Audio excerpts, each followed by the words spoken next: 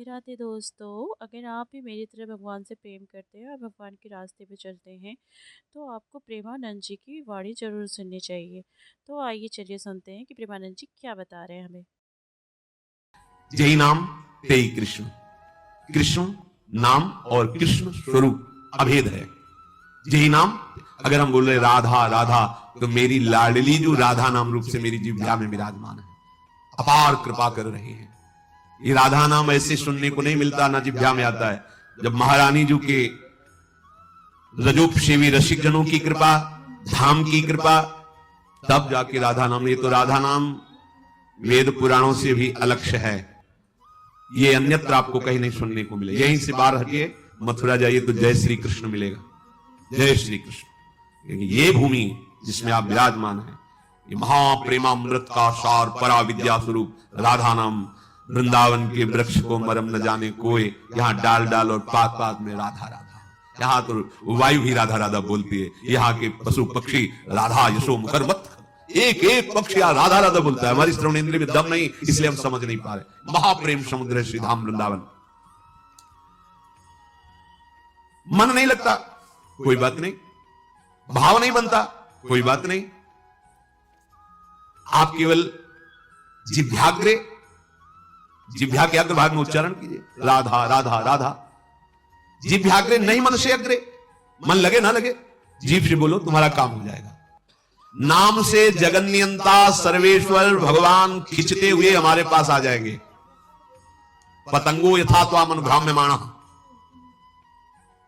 प्रभु हैं पतंग, नाम है डोरी, खींचते जाओ राधा राधा राधा, नजदीक आते चले जाएंगे। पतंग को पकड़ना चाहो, डोरी छोड़ दो, कभी नहीं पकड़ पाओगे। नाम छोड़ दो, भजन छोड़ दो और साधन करो, हरि नहीं अधीन होने वाले। डोरी है, नाम रूपी डोरी को निरंतर खींचते राधा राधा राधा। पतंगो यथा त्वाम अनुभ्राम्यमाणः। मृत्यु का भय तुम्हें इसीलिए सताता है कि तुमने मृत्यु की तैयारी नहीं की। जैसे किसी गृहस्थ के यहां अचानक 20 आदमी आ जाए, वो घबरा जाएगा कि हमने कोई तैयारी नहीं की है, कैसे एकदम 20 आदमी एकदम। और जब बारात आती है तो 500-1000 आदमी आते हैं, मुस्कुरा के स्वागत करता है। क्यों? पहले से तिथि तारीख निश्चित थी, तैयारी फिट थी। 500 की जगह अगर 100 और बढ़ जाते हैं तो कढ़ाई चढ़ी हुई, कोई परेशानी नहीं। हमें जहां जाना है वहां का हमें परिचय प्राप्त हो चुका है, हमारा निश्चय हो चुका है, तैयारी है पूरी। अभी जाना, अभी चल दे, कोई परेशानी नहीं। लेकिन आपने तैयारी तो रहने की है, जाने की तो की नहीं। यहां पूरे विश्व में जितने भी हैं, कोई बिरले हैं जो जाने की तैयारी में लगे, नहीं सब रहने की तैयारी में लगे। अब ये पेंट थोड़ा गंदा हो गया, नया पुतवा दीजिए, ये हो ये बनवा दीजिए, वो कर दीजिए, सब रहने की तैयारी। आखिरी तक दांत खराब हो गए, नए लगा दीजिए। आंख खराब हो गई है, ऑपरेशन करके चश्मा लगवा दी। कान खराब, मशीन लगा दी, मशीन। हाँ, वो दिल ब्लॉक हो रहा है तो नली डाल के वो कर दीजिए। अब रहने की तैयारी। अब जब जाने की बात आती है तो होश उड़ जाते हैं। हमने जाने की तो तैयारी नहीं की थी। मृत्यु से भय क्यों लगता है? क्योंकि तुमने जाने की तैयारी नहीं की। और जाना पक्का है। जैसे सरकारी आदमी होता है ना, उसको बंगला गाड़ी मिलती है, प्रयोग करता है, उसकी आसक्ति नहीं होती। क्योंकि कब सरकारी आदेश आ जाए कि इस प्रांत से उस प्रांत में जाना, वहां बंगला गाड़ी मिलेगा। वो सरकारी है, प्रयोग कर रहा है, लेकिन उसकी आसक्ति नहीं। जैसे कोई कहे ना कि ये खिड़की का कोना टूटा हुआ है, क्या है? कभी भी आदेश आ सकता है कि आपको अमुक जगह जाना है, वहां नया बंगला गाड़ी मिलेगी। ये तो सरकारी है, वो ठीक कर रहा है, हमें तो केवल सरकारी काम। बिल्कुल ऐसे ही ये सरकारी गाड़ी मिली है सरकारी काम करने के लिए। भगवत प्राप्ति साधन धाम मोक्ष कर द्वारा, पाई न जे परलोक सभारा। सो परत्र दुख पावई, सिर धुनि धुनि पछताए, काले कर्मई ईश्वरे मिथ्या दोष लगाए। अब जब बुलावा आया, डॉक्टर ने कहा कि बस 1 साल के हो तुम, बस ये कैंसर ले जाएगा वो, मतलब बचने की संभावना। क्योंकि तैयारी जाने की नहीं की थी ना, रहने की तैयारी की थी। अब कहां जाएंगे? जितना हमने प्रेम फैलाया वो तो यही है, जितना हमने कमाया वो सब यही है, जिसके लिए कमाया वो सब यही। अब हम कहां जाएंगे? हमारा मित्र कौन होगा? हमें प्यार कौन करेगा? हमारे पास है क्या? गया। मन पछितई है अवसर बीते, दुर्लभ देह पाए हरिपद भजु, करम वचन अरु जीते। मन पछितई है अवसर बीते। ये सुत बनिता आदि जान स्वार्थ रत, ना करुणे सभीते। अंत ही तो ही तजेंगे पामर, तू न तजय वहीते। ये सब तुझे छोड़ देंगे, तैयारी कर। गुरु कृपा से हम अपने हृदय की बात कह रहे हैं, प्रतिपल तैयार है। क्यों? जैसे कभी स्मरण भी आया, कष्ट होता, जैसे कल था डायलिसिस हो रहा, बीच में एकदम प्रसन्नता होती है, श्री जी के पास जाना है। कहां जाना है? श्री जी के पास जाना है। मृत्यु हमारे लिए मृत्यु थोड़ी है, श्री जी के पास जाने का पास है। अब फाइनल, अभी तक तो भाव से रहा, अब फाइनल, खत्म, संसार चक्र खत्म, अब तो अपनी लाडली के पास जाना है बस। कितना आनंद! जैसे आपका कोई प्रिय है, वर्षों से आप उससे मिलना चाहते हैं, और गाड़ी आ गई, बुलावा गया, चलिए आप, तो आपको कैसा लगेगा? ये थोड़ी लगेगा कि है लगे, नहीं, एक उमगन आएगी, आप तो तुरंत तैयार हो जाएंगे चलने के। हाँ हाँ हाँ, हम तो वर्षों से इंतजार कर रहे हैं बस। ये जो मृत्यु तुम्हें भय प्रदान कर रही, तुमने तैयारी नहीं की। मृत्यु अमंगल में नहीं है, परम मंगल है। मृत्यु शोक नहीं है, महोत्सव है। बस यही समझ नहीं पा रहे। क्यों?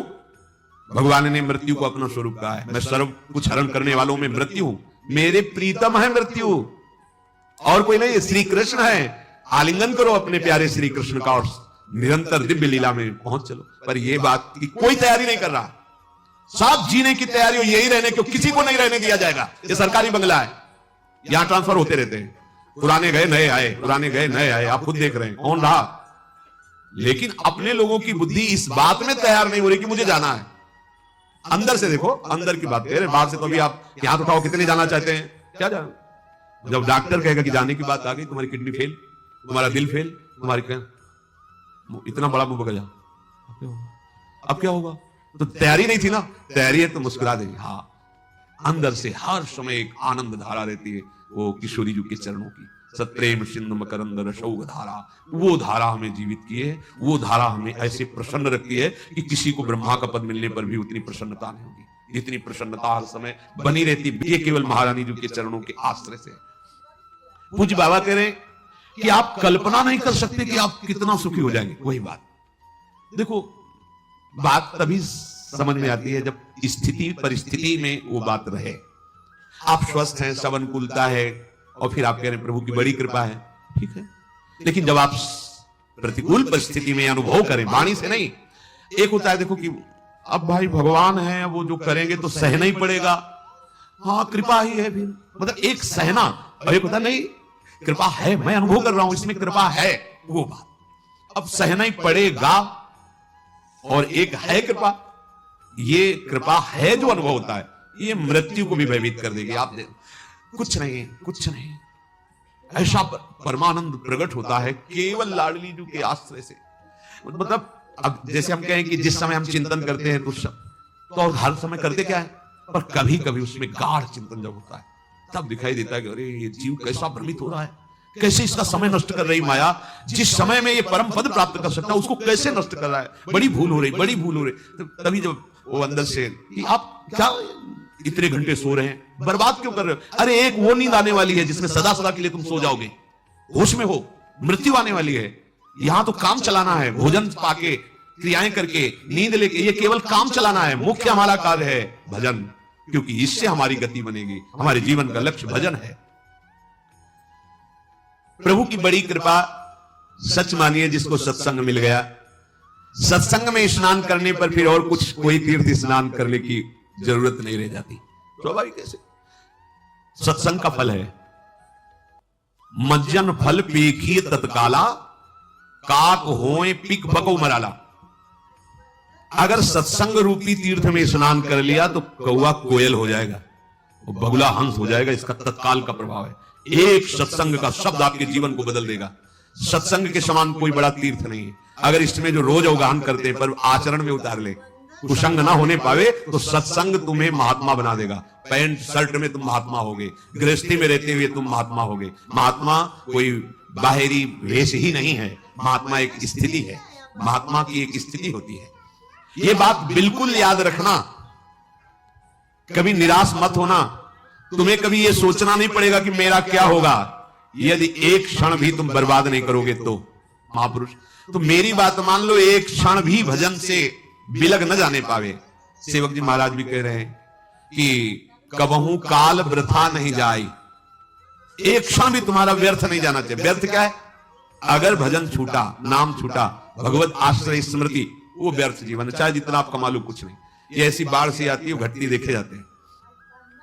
किसी व्यक्ति को हमने देखा था एक बार, वो पूरा परिकर आए थे, सोने की कटोरी, चांदी की कटोरी, चांदी की थाल, किसी में अनार के दाने, किसी में पपीता के हुए, ढेर सारी चौकी में बाल भोग के समय। तो पूछा कि उन्हीं के निज जनों से, तो उन्होंने बताया अमुक अमुक अमुक ऐसा ऐसा। फिर कुछ समय बाद वो मिले तो उन्होंने बताया वो जो थे ना, वो इस समय अमुक जगह बंदी है।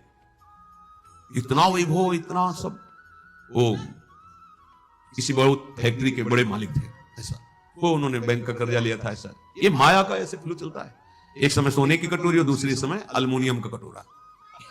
बड़ी विचित्र खेल। कभी इस पर भी, ये सत्य नहीं है, ये नाटक है माया का। सत्य है हरिनाम, हरे नामयु, हरे नामयु, हरे नामयु। मान लीजिए, ये मत समझिए कि बाबा जी तो भगवान के पक्ष की बात केवल कह रहे हैं। सत्य विषय यही है, सत्य विषय यही। अगर आप भगवान का भजन नहीं करते तो जो भी कर रहे हो हाथ कुछ नहीं लगेगा, बटोर लो। संतों ने उसको ऐसा बताया है कि जैसे अंधा आदमी एक दुकान में गया और कहा कि हमें कुछ सेवा बताओ, तो बोले हम क्या तुमको सेवा बताएं, क्योंकि हाथ तो है नहीं। अगर कहीं साबुन उठा के दो, माचिस उठा के दो, तो तुम्हें पता ही नहीं, दिखाई नहीं दे रहा। ऐसा करो, तुम मूंज की रस्सी बटो। तो बैठा दिया मुझे, और एक भैंस का पड़ा के लग गया, तो मूंज चबा ले, वो जैसे जैसे सरकाता वो चबा जाता। जब शाम हुई वैसे किया तो हाथ वाली मूंज थी और कुछ था ही नहीं। इसमें हाथ वाली भी मूंज नहीं रहेगी, क्योंकि हाथ ही नहीं रहेंगे, हाथ भी तुम्हारे साथ नहीं जाएंगे, यहीं छूट जाएंगे। ये पूरे संसार की जितनी क्रियाएं, जितनी वस्तुएं, अगर भजन नहीं हो रहा तो सब व्यर्थ है, सब व्यर्थ। कैसे? जैसे पूर्व में भी हम कुछ रहे होंगे, इस जन्म में हमारे पास क्या है वो पूर्व का? ना वो संबंध है, ना संपत्ति है, ना पढ़ाई है, ना वो बल है, ना वो बुद्धि है। ये नया नया नया कब तक चलता रहेगा ये प्रपंच? इसलिए प्रभु ने इस बार तुम पर अहेतुकी कृपा करके ये संयोग प्रदान किया है। ध्रुवदास जी कह रहे हैं, बार बार तो बनत नहीं या संयोग अनूप, मानुस्तन वृंदा विपिन रसिकन संग और विवि रूप श्यामा श्याम की उपासना। मैं आपसे फिर प्रार्थना करता हूं कि आप केवल प्रभु के आश्रय में रहना, वो संभाल लेंगे। आप कोई भी हो, कैसे भी हो, आप सुदुराचारो भजते मामानन्य भाग सादरी समन्तव्या सम्यक व्यवस्थिता, ऐसा वो संभाल लेंगे। बड़े कृपालु है, बड़े कृपालु है। देखो, कोई भी प्रकृति के द्वारा रची हुई वस्तु अपना स्वभाव नहीं छोड़ती। स्वभाव है अपना अपना, सबका स्वभाव, प्रकृति की हर वस्तु का एक स्वभाव है, और वो अपने स्वभाव का प्रभाव दिखा के ही रहती है। पारस का एक स्वभाव है कि छू जाए लोहा तो सोना बना देती है। अब वो पारस बहुत बड़े संयमी नियमी के घर का लोहा है, या बहुत बुरे आचरण करने वाले के घर का लोहा है, और अगर वो छू गई तो सोना बना देगी। ऐसे ही भगवान का नाम का एक स्वभाव है और उसका प्रभाव है। तुम कैसे हो इससे कोई मतलब नहीं है नाम को, जैसे पारस को कोई मतलब नहीं। सिर्फ लोहा, किसके घर का लोहा है, किस प्रयोग में आता था, इससे कोई मतलब नहीं। छुआ, स्वर्ण बना दिया। ऐसे ही नाम, तुम कौन हो, किसके घर के हो, कैसे आचरण वाले हो, कोई मतलब उसको नहीं। शुरू कर दो नाम जपना, वो आपको संभाल लेगा। पारस तो सोना बना देती है, लेकिन ये नाम नामी को अधीन करा देता है। सर्वलोक महेश्वर भगवान उसके अधीन हो जाते। सुमिर पवन सुत पावन नामू, अपने बस करी राखे रामू। और भगवान तो आपको प्यार कर ही रहे, क्योंकि भगवान कभी असत्य नहीं बोलते। भगवान कहते हैं सुहृदम सर्वभूतानाम, मैं समस्त भूतों का सुहृद हूं, बहुत प्यार करता हूं। तो हम भी तो है ना। तो यदि हम भजन करके प्रभु को अपना जीवन समर्पित कर दे, तो हमारी जितनी मांगे हो सब अपने आप पूर्ण हो जाएंगी। केवल भजन करने वालों को ही अनुभव होता है कि भगवान हमें प्यार करते हैं। प्यार सबको करते हैं, सब मम प्रिय सब मम उपजाए। परम सुहृद सर्वलोक महेश्वर भगवान की दृष्टि में हम हर समय हैं, वो हमें देख रहे हैं। शास्त्र शीर्षा पुरखा सहस्राक्षा, हजारों नेत्रों से हमें देख रहे हैं। विश्वतः चक्षुर, पूरे विश्व में उनके नेत्र हैं, वो देख रहे हैं। मतलब एक छोटा सा अणु भी वो भगवान की दृष्टि से बच के नहीं जा सकता, सब भगवान देख रहे हैं। कितने सुख की बात है कि हमें भगवान देख रहे हैं। अवश्य आप ऐसा दृढ़ विश्वास करें तो आपको कभी प्रतिकूलता का मुख नहीं देखना पड़ेगा। आपको भगवान देख रहे हैं, बोले कभी प्रतिकूलता का मुख नहीं देखना पड़ेगा। क्यों? क्योंकि जब आप ये देखोगे कि श्री भगवान देख रहे हैं तो आप पापाचरण नहीं करोगे। सच्चा उपासक वही है जो हर समय देखता रहता है कि भगवान देख रहे हैं। दो शिष्य बनने के लिए एक संत भगवान के पास गए, उनका हम आपके शिष्य होना चाहते हैं, कंठी भी लाए, माला भी लाए, दे दीजिए। हाँ ठीक। 2 तरबूज मंगाए और कहा जाओ इन 2 तरबूजों को अलग अलग ले जाओ और ऐसी जगह इसको अमनिया करो, काटो, जहां कोई देख ना रहा हो। ये गए, थोड़ी देर में काट के आ गए। महाराज जी बोले उसको भी आ जाने दो। वो शाम तक फिर आए समूचा लेके। तो उनका भाई आपने तो बहुत जल्दी अमनिया करके ले आए। बोले हाँ एकांत में गए, जंगल था आसपास, देखा कोई नहीं था, अमनिया किया ले आए। क्यों भाई तुम्हें एकांत नहीं मिला?